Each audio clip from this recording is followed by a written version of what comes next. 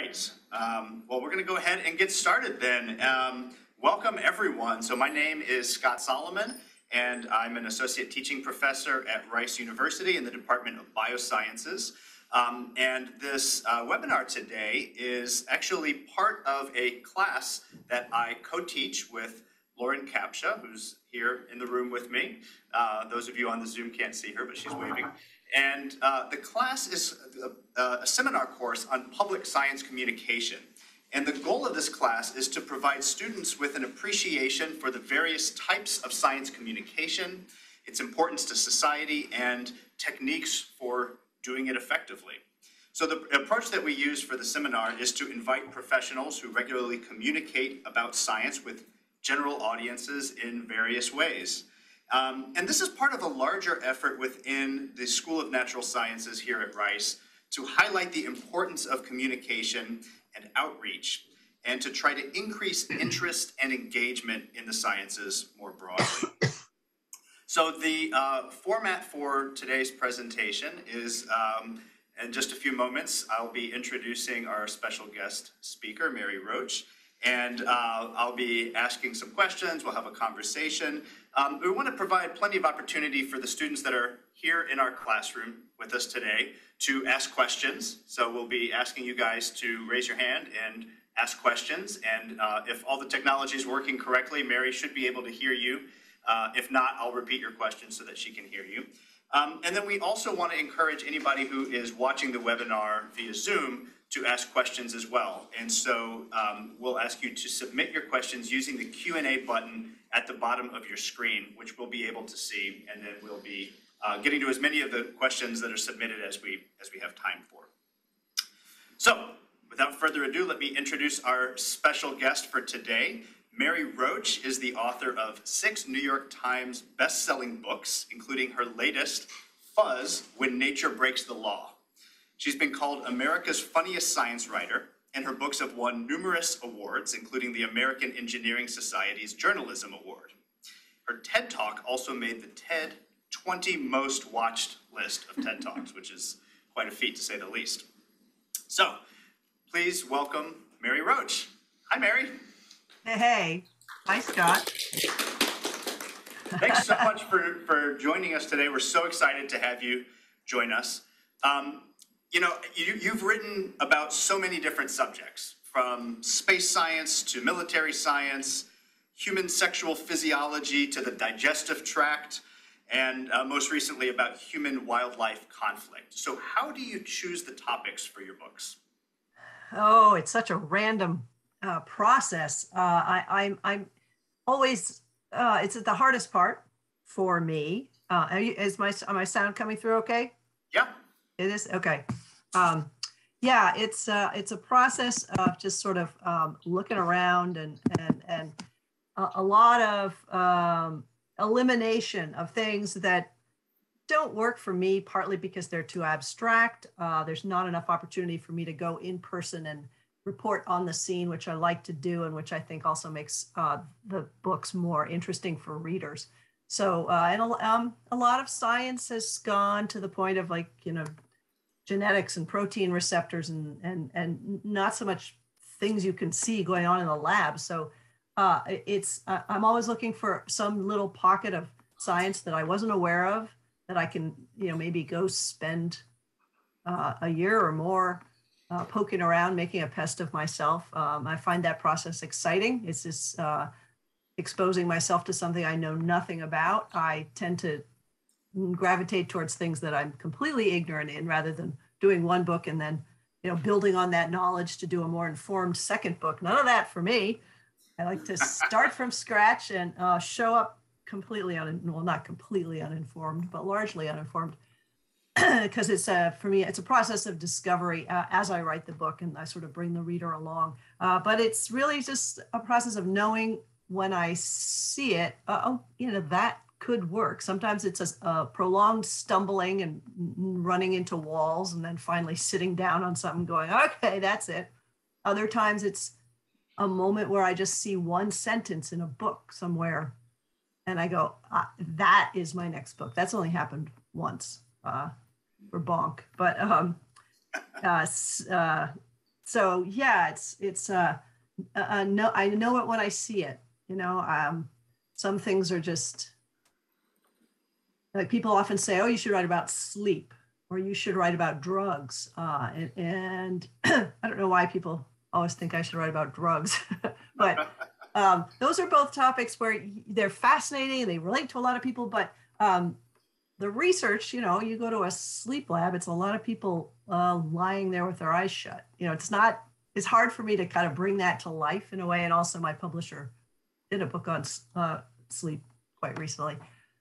So anyway, they tend to be broad topics that give me a lot of room to stretch out and kind of cherry pick what I think readers might find fun.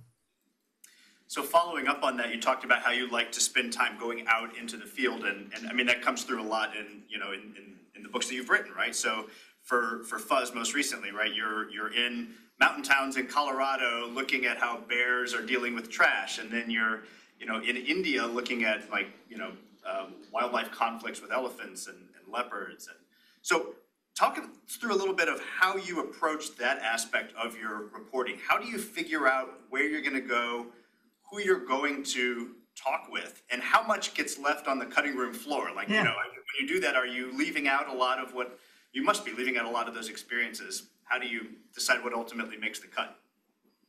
When I start my books, I think it's kind of a process, probably not unlike what a documentary filmmaker might do, where you are kind of vetting the researcher for what will be happening, what will you be doing, sort of paint the scene for me. I need to kind of know what you're going to be up to, first of all, whether I can come along. What is that scene going to look like? Just to get a sense of, is that going to be a nice narrative structure on which to hang the science?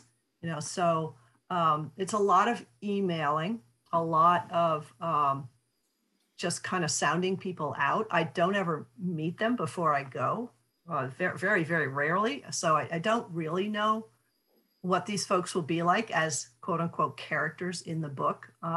My general sense is that most people doing science are interesting in one way or another and will provide a good narrative.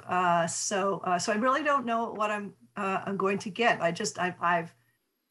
I've talked to them by email enough that I know, okay, this is what they're going to go out and do. And I have a sort of picture of that in my head, which is sometimes quite wrong.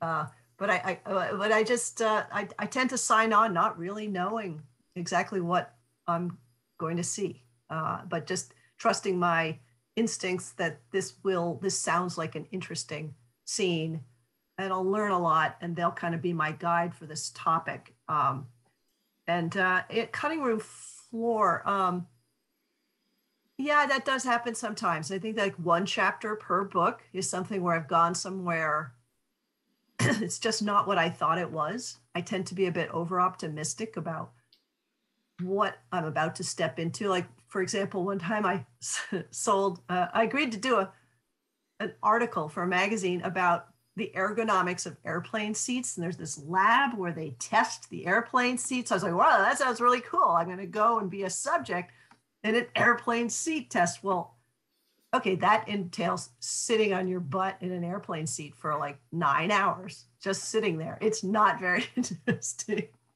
It's not interesting for me, and it wasn't all that interesting for the reader. I did it anyway. But I tend to sometimes in my head attribute more to these scenes than they really have. And then I get there and realize, not that interesting. I have a bit of a cold, so if I sound hoarse and I'm drinking tea constantly, that's why. It's okay. But, yeah. So you talk, about kind of having these engaging experiences that if they're engaging for you, then they're likely to be engaging for your readers. I also read, I think it was on your website that you said that you sometimes have to fake your way through interviews with experts that you can't understand. And I'm wondering how, do you have ways that you've learned to do that are effective for you? And maybe the flip side, if you're giving advice to scientists, what do you find that they can do that will help you to understand the science that they're describing? Sure. Yeah. I kind of set myself up for that because I have a general philosophy about interviews. When I'm going to meet with a researcher, I try to have read their papers, not necessarily to have understood them completely, but I try to, get myself up to speed to a certain extent, but I don't write down questions ahead of time because my sense is that I don't know what the best questions are yet. I'm there to have conversations more than I am to interview them. And the conversation, they're going to lead me to what the best questions are and what the most interesting aspect of their work is. So I'm going to, at that point, ask them, oh, can we go and see that? Or that sounds amazing. Tell me more. So I don't presume to know what the best questions are till I get there. I know I need to know the basics, but the thing is I can always call back and get, if I have technical questions or things that I need to know, just basic facts and information, I can get those by phone or by Zoom after the fact. When I go there, I'm really trying to set something up that will be an interesting scene for the reader, some sort of narrative that has to happen. And sometimes I've set that up ahead of time, but sometimes I'm just showing up and going, just tell me what you do over the course of a day, or can I see where you work? Can I see, meeting other people in the lab, or sometimes it's field work, sometimes it's a lab. But very much going into it not quite knowing what I'm going to find. So that's a little scary. You have to trust that something will come up, and you also need to be kind of flexible. Like example I like to give is I spent time for Packing for Mars, which was a book about the challenges, physical and psychological, of living in space. And I went up to Devon Island, where NASA does these, they test suits and rover prototypes because the terrain up in the Arctic in some places is very similar to the moon, and other parts of it similar to Mars. And I knew that there would likely be interesting things going on, but I wasn't quite sure what. And at one point I was talking with this man who worked on suits, and we were just talking, and he's showing me a PowerPoint, which of course I hate. Like, okay, you're showing me a PowerPoint. I'll sit here because I'm up in Devon Island for a week. This is what I'm doing. And then at one point, and he starts talking about he had started working on a suit for escaping from altitude, escaping a spacecraft that is either going up or coming down, a la Challenger or Columbia. And that there are ways to do that. It's very tricky because it depends on how much atmosphere is there, how fast is the craft going. So it's a tricky thing to do. And he starts talking about that. And I thought, well, that's interesting. And then I realized that he had handed me a mission patch, which is what the crew gets.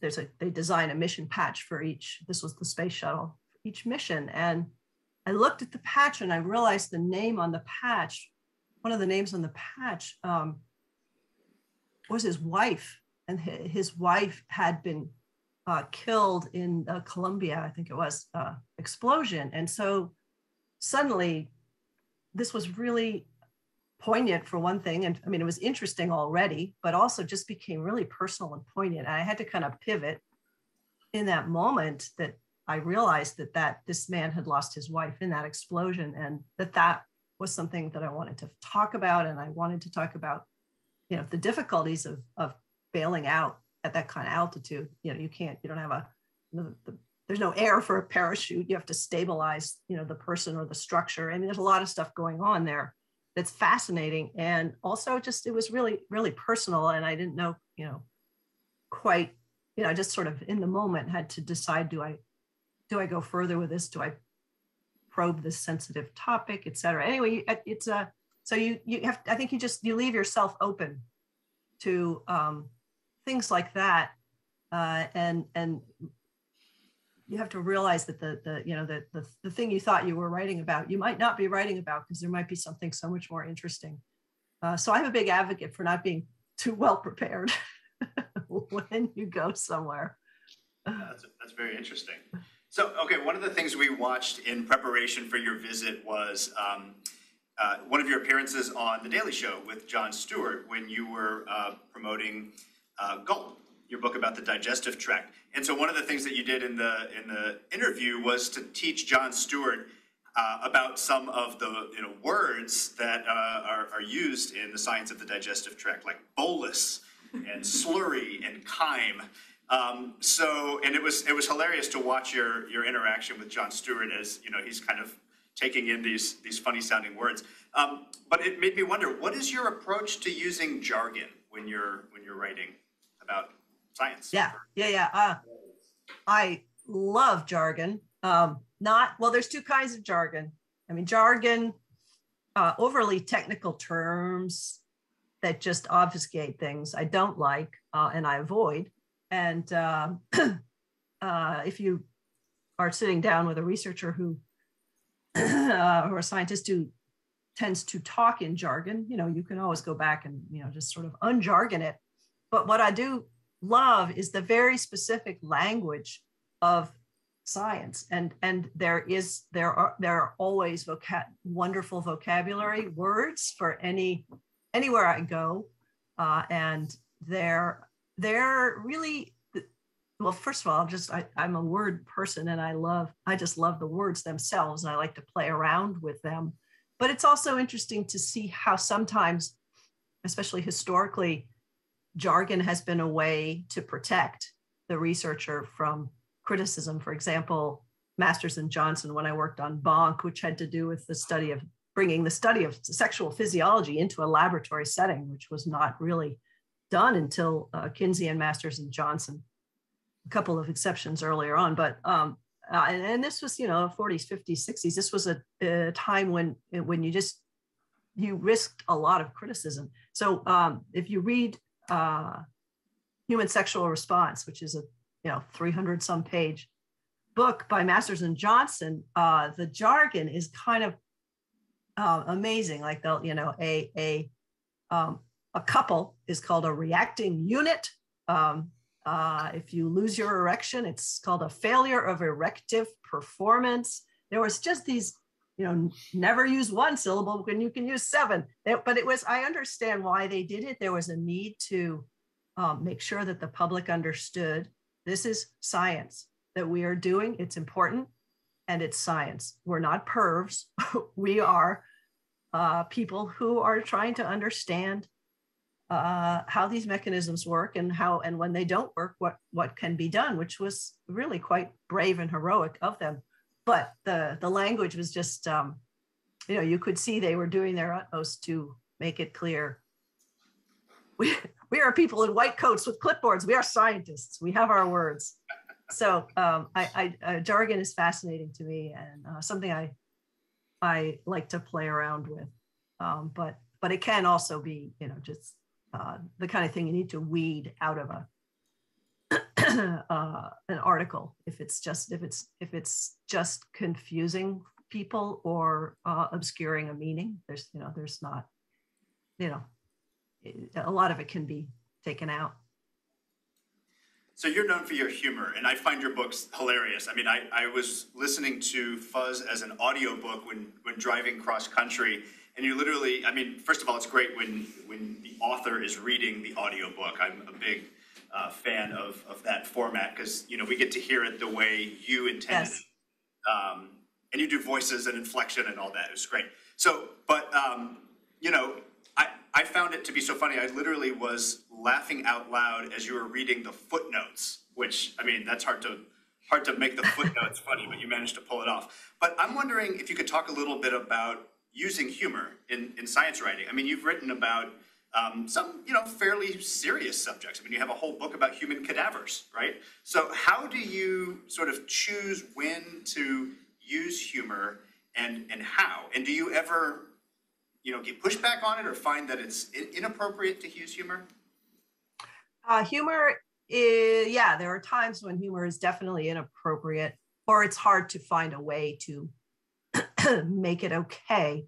The example I'll give you is for Stiff, there's a lot of humor in Stiff, never at the expense of the cadavers or their families, for that matter.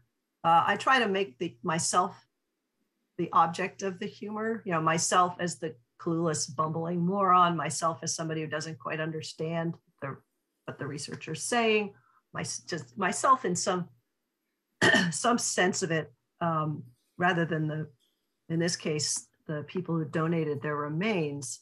But there was a chapter where it just 100% didn't seem possible. So I left it out of the book initially. It was a chapter that had to do with the forensics of plane crashes. And when there's no black box recovered and it's not clear what happened, the injuries to the passengers, and particularly if the plane went down over water and the bodies are intact, those bodies can tell you a lot about, was there an explosion? Where was that explosion?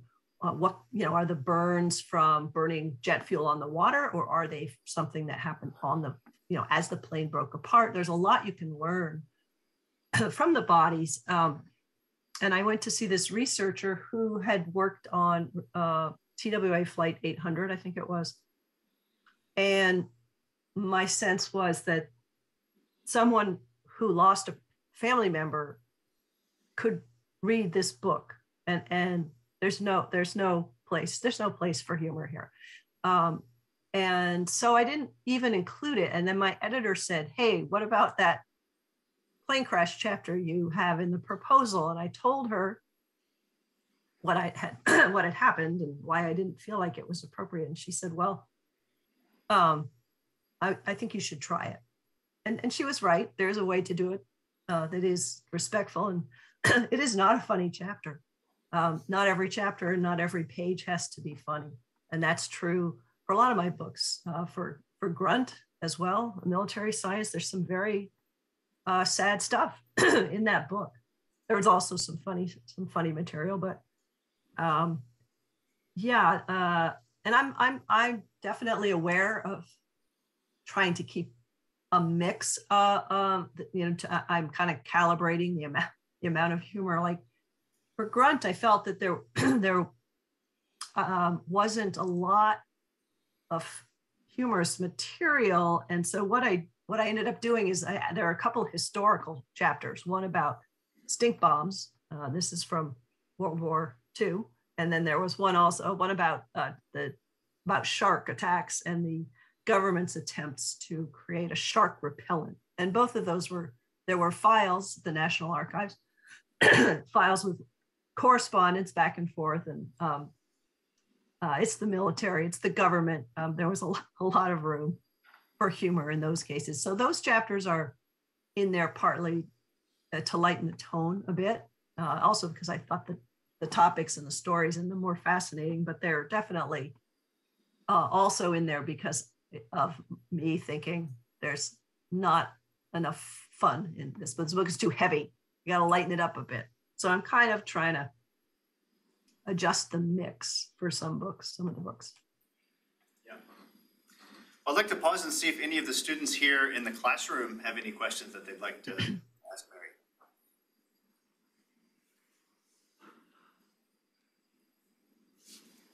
I can ask a question from the chat while you all are thinking. All right. Yeah, sure. So the question in the chat was, Mary referenced that the one time one sentence led to a book idea was with Bonk. And so the question is, what was that one sentence? Because they find this very intriguing. Oh yeah, okay. Thank you for asking that. The sentence, it was in an issue of Film Quarterly. And I don't know why I was reading. I'm not a film student. I don't subscribe to Film Quarterly. It's kind of a little bit academic. And it said it was a reference to, I don't know the whole sentence, but within the sentence, they made a reference to, here's the quote, the colposcopic films of Masters and Johnson. And I knew that colposcopy can mean like a cervical biopsy. So I thought, wait, are they actually saying that Masters and Johnson filmed women from the inside sexually responding? And if so, this is my next book, Sex Research. So that is how that book was conceived, to use an appropriate word. Well said, yes. Question, yes. How long does it, like the whole process of getting all the data and then actually writing the book typically take? Typically a couple of years, between 2 and 3 years. I've gotten slower for some reason. I think stiff, I did it about 1.5 years. I'm working, and I'm working pretty much, that's what I'm doing. I don't have a day job. So I feel like I'm kind of slow, but a lot of time, it takes a fair amount of time to, sometimes the things that I'm going to go and observe aren't happening for 6 months, or they get postponed for 4 months. So there's a lot of juggling of my schedule, and I may be writing a chapter while I'm setting up another chapter. And so it's kind of a drawn out process, but about between 2 and 2.5 years. Oh.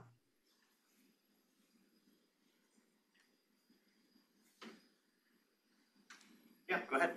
So I'm just wondering why you write about science specifically as opposed to other subjects, and what draws you to the area. When I started out writing, I was a general interest feature writer for a variety of magazines. And one of the magazines that I did a lot of work for early on, well, two of them, and this was sort of random. It wasn't that I sought these magazines out. They were editors who had contacted me. One was called Hippocrates, it changed names later on. Had to do with health, the human body, science. And the other one was Discover, which is still around, I believe. And those stories that I did for those 2 publications were far and away the most interesting pieces I'd done. The topics were interesting. The people that I met were interesting. They allowed me to travel to some interesting places. So that's where I landed, and that's where I stayed. I hadn't studied science in college, so it was kind of it was all a learning experience for me as well, which is nice. But that's just it. I just found it all interesting, and I guess that's the reason. Did you always know you wanted to be a writer? No, I had no idea what I wanted to be. I went all the way through college going, I'll figure it out. I don't know. No, I didn't. And I hated writing papers in college. I remember thinking, I am not going to grad school because I don't ever want to write another paper. Yeah. So no, I didn't have any idea. I graduated in the midst of a recession. I didn't have any job skills. Writing was something I could sort of do, writing and editing. So that's how I started out. Not because of any interest or longstanding desire to be a writer or a journalist. I had no background in either. I didn't work for the college newspaper. It was just something that I could kind of do. I'm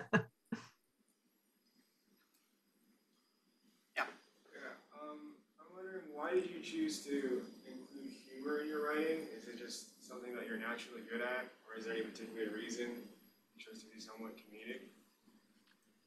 It's something that I've, in my earliest magazine pieces, something I gravitated to. I just have more fun that way myself. I also think if I'm having more fun, the reader might be as well. So that's always a plus. But I think it's just the way I see the world, and I'm attracted to things that are kind of surreal or surprising, and in a somewhat, I don't know. I just think it's me wanting to have fun. I think it's the way I enjoy reporting and writing. So that's why it's I've definitely written pieces that aren't funny, and that's okay too. But it's more enjoyable for me to write about things that I can bring to life with a little bit of humor. This is from one of our students online.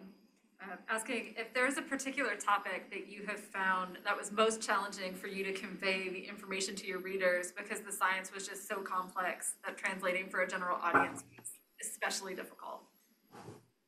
Yeah, there was a section in Spook, my second book. The subtitle of that book is Science Tackles the Afterlife, and it was a book about scientists, a lot of them historical, but a few of them present day. There's not very many university-based folks who are studying anything in the realm of the paranormal. But it was a book about people trying to use scientific method to prove or disprove that there is a soul or an afterlife. And one of the chapters had to do with efforts to weigh the soul. In other words, putting a human being, and this is the historical one, on a giant, very sensitive scale, which was used for weighing silk in this case, and then as they're dying, and then seeing if the needle goes down. It was very primitive, but kind of endearing project. And then I realized that there's someone currently at Duke University who had kind of a modern take on that. And it was based in consciousness theory, quantum mechanics. And I thought, well, I got to go see this guy at Duke. And I wish that I had in front of me some of the correspondence between him and me, or the transcript of our conversation, because I could share with you. He tended to speak in, it doesn't matter how many syllables. Even if he spoke in single syllables, I wouldn't have understood what he was talking about, because I have no background in consciousness theory or quantum mechanics, and I was struggling to understand. And at certain points he'd go, I need you to kind of say this back to me so that I know that you're understanding me. Or he'd go, Mary, I'm making this as simple as I can. And it was so not simple. And I was so lost that the chapter ended up being one of my favorite chapters, just because of the huge gulf between him and me and our struggle to communicate. It's kind of, it's wonderful in that way. And it ended up, as it was unfolding, I thought, this is a fiasco. I have no idea. It depends on I need to understand it to the point where I know, is this man insane or is he just really brilliant? I need to kind of make that call, and I don't even know if I can. Anyway, it was, but that ended up working well, I think, for the chapter. And so that's there. Yeah, sometimes all I can do, I've got the tape recorder running and I'm so lost that it doesn't make sense to stop in the middle of it and try to backtrack at that point. Sometimes I just have to say, look, I'm going to call this person back afterwards. I'm going to read this all. I'm going to try to understand it better and do my own homework, and then call this person back for clarification. Other times you can, stop a researcher in the middle and go, wait, I don't have a background in this. And can we go back to the beginning? And I'm sorry, I know this is very basic for you, but can you just sort of pretend you're talking to an 8th grader at a party? just bring it down a level for me. And people are willing to try that. Some people are better at it than others. But it's okay to just request that. I mean, I have no shame about being very forthright with my lack of background and my experience level. And I just sort of rely upon their kindness. I sort of use my subjects in a way as unpaid tutors, asking them a lot of very basic questions. But I have no pride, because it's important. If I don't understand it, I can't explain it to my readers. You don't want to be the kind of science writer who doesn't quite know what's going on. So, okay, I'm just going to take a quote. I'm just going to put the quote down on the paper and hope that people get it. I don't get it, but maybe they'll get it. And you see that sometimes, even some, there's a New Yorker writer who I caught doing that not long ago.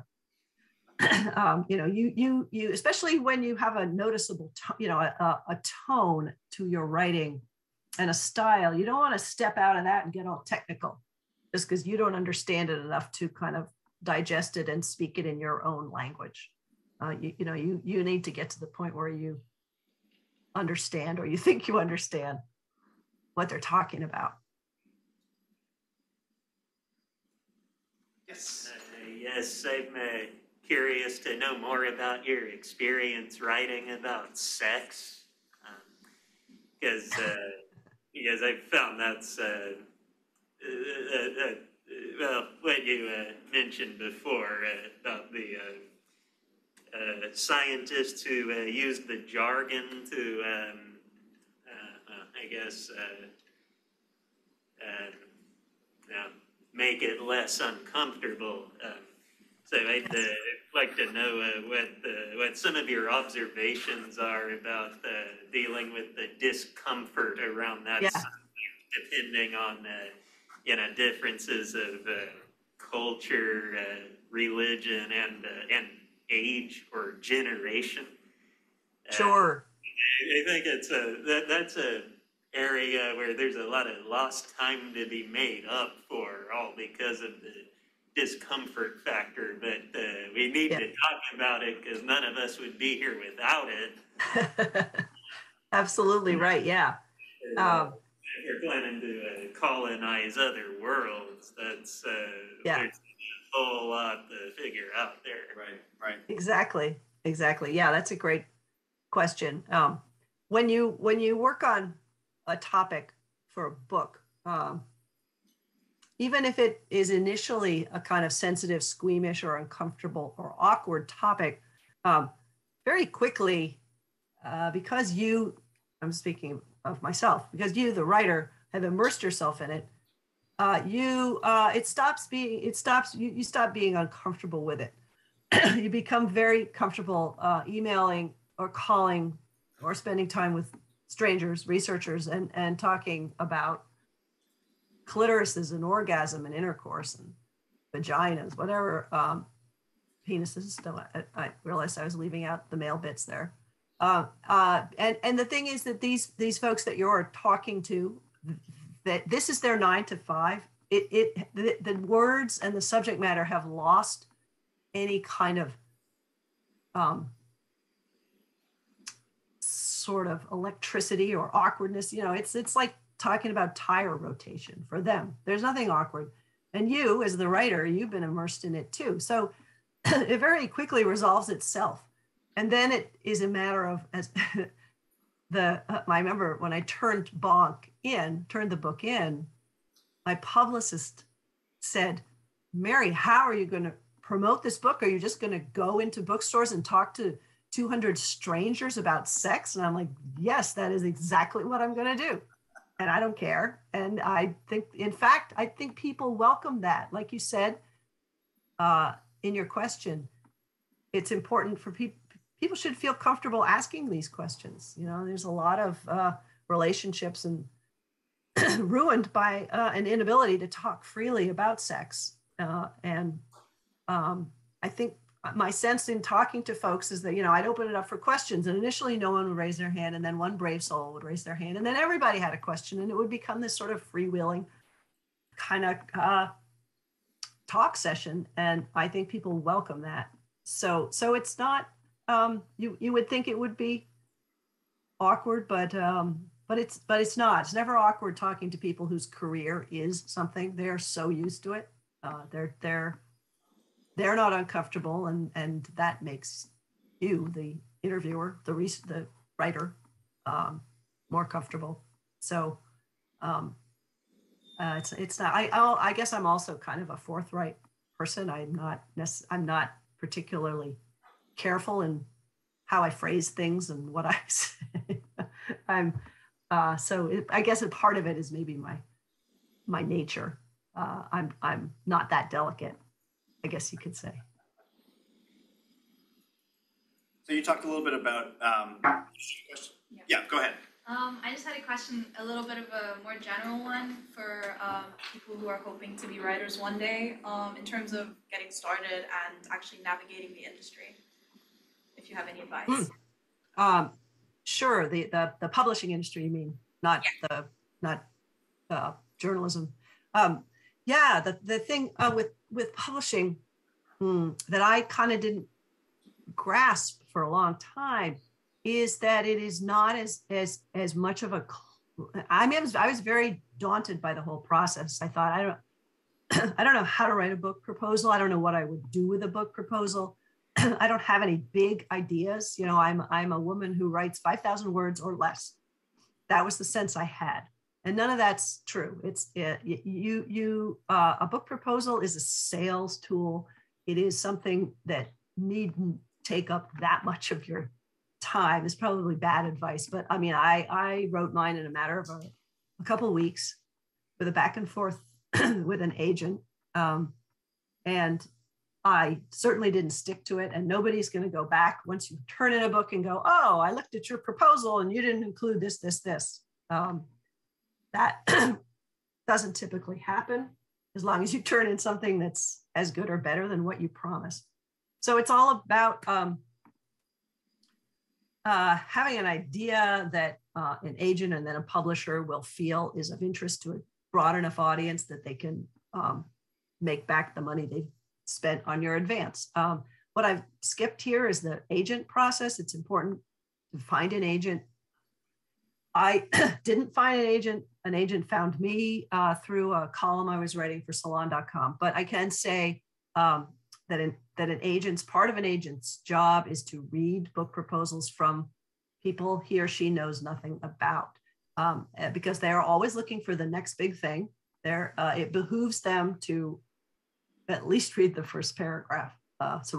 Make sure the first paragraph is really grabby of your proposal, but it behooves them to read it and see what you're suggesting.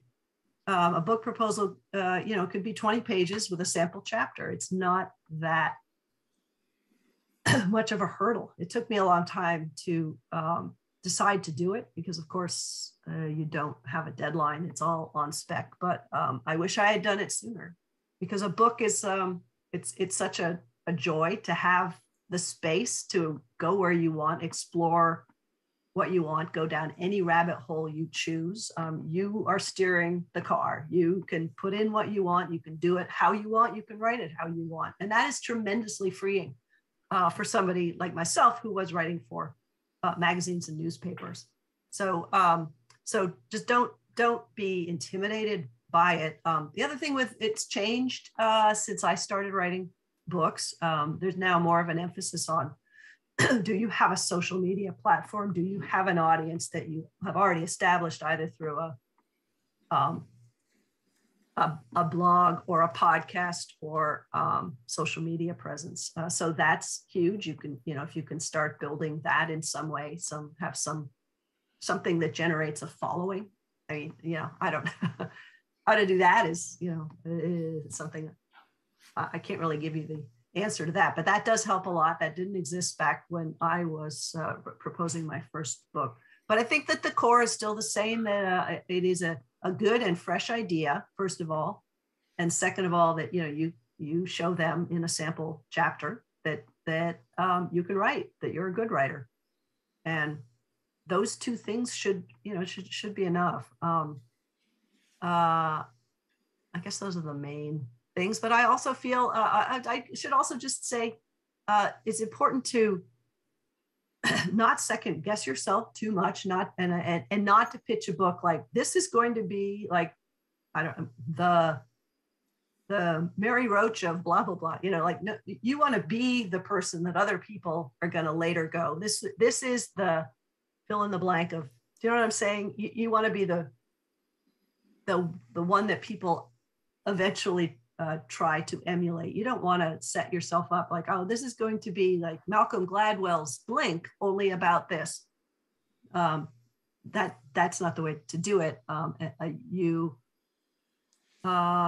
Be yourself. Your wonderful and original self, and don't like. I didn't show my book proposal to anyone until I sent it, or the book for that matter.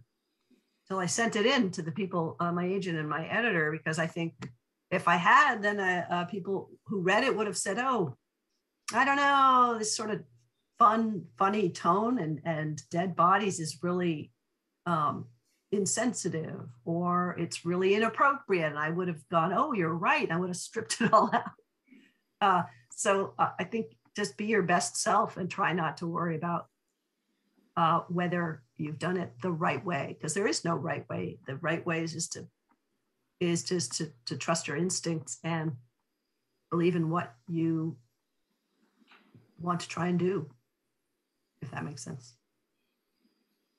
So with that in mind, are there certain metrics that you use for judging your own success? I mean, do you go by book sales or reviews, or how can you tell if your writing has been successful, or what matters most to you? A couple of things matter a lot. I'm trying to, my publisher is, I depend on my publisher to make my living. So they have to be happy with it and with the sales. So that matters a lot. If the book, if the book makes the bestseller list, that's great. If it's earning back in the way that they anticipated, that's very important to me because I want to be able to do another book. What's also important to me when I finish a book, you get a box of author copies, you get 25 copies. And those immediately get sent to the people who are in the book. And when I get feedback from somebody who I profiled in the book and they like it, that's huge for me. Those are the readers I care most about, the people who made the book possible and also who trusted me to tell their stories and to profile their work in a way that was respectful, that was fun, that was accurate. And so there's a lot of ways you can go wrong there, or I can. That means a lot if somebody in the book thinks that the book succeeded. We have time for maybe one or two more questions. Okay, so maybe a quicker one from Michelle, asking to follow up with what you just said there. How do you identify the people that you connect with to profile and feature in your book? Well, they tend to be somebody who happens at the time I first contact them. They happen to have a project coming up in the next year or two that I really want to focus on. So it's not just what they do, but will they be doing it in that time frame, and can I tag along? Because I have to make things lively, and I have to have kind of a story there and a scene and conversations and people. So while the person's work, I'm interested in what they're doing, and that's how I initially found them. I also have ascertained that they're going to be doing some of that work in the near-ish future, and that I can spend time with them. So that tends to weigh in a great deal.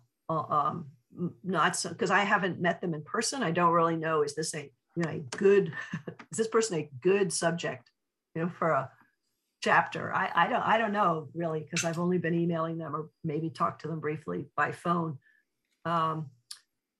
So for me, that's critical. It's different for everybody who writes a book. I mean, that's a very sort of personal thing, how you choose who's in the book. To these days, I have an awareness of wanting to include more women and more people of color in the books, because they can be academics and science tend to be pretty white places, and so I have that awareness now that I didn't have at the beginning. So that's something I also consider. But for the most part, it is what will this person be doing that I can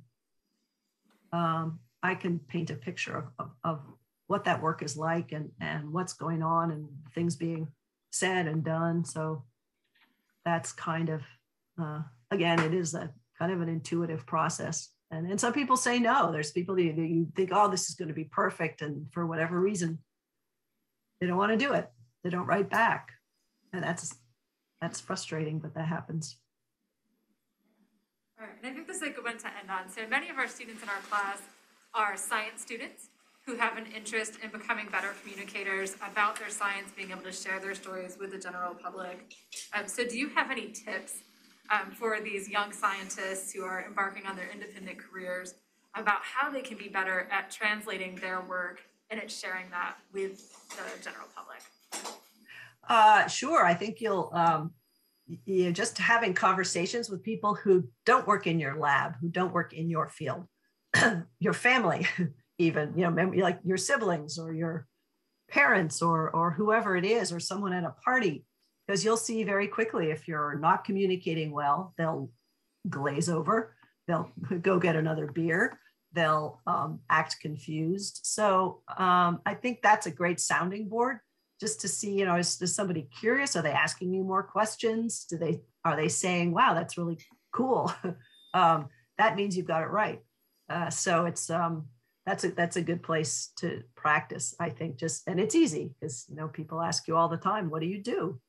And unless they're doing the same thing as you, you kind of have to pull out the aspects of it that are most surprising or most relatable. And you can try to find ways to make it relatable, either like through an analogy or through just telling a story from the lab, or a story,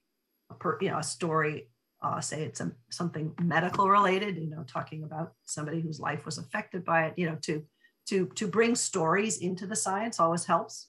But practice on the person you sit next to on a plane. I think they're going to give you the best feedback, because they don't know that that's what they're up to, that's what they're doing. So you get a pretty honest response. Great advice. Well, we're just about out of time, so I want to thank you again, Mary, for joining us and sharing your experience and advice, and thank everyone for joining us today as well, and submitting questions, and to all the students in the class for being here too. So thanks again, Mary. Oh, sure. You're very, very welcome. Thanks. Thank you. Can we look forward to another book anytime in the near future? Of course you can. Yes, I'm just getting started on the new one. So just haven't even signed the contract yet, but it is underway. There will be another book. Yay. Can't wait. Thanks, you guys, and good luck. All right. Thank you very much.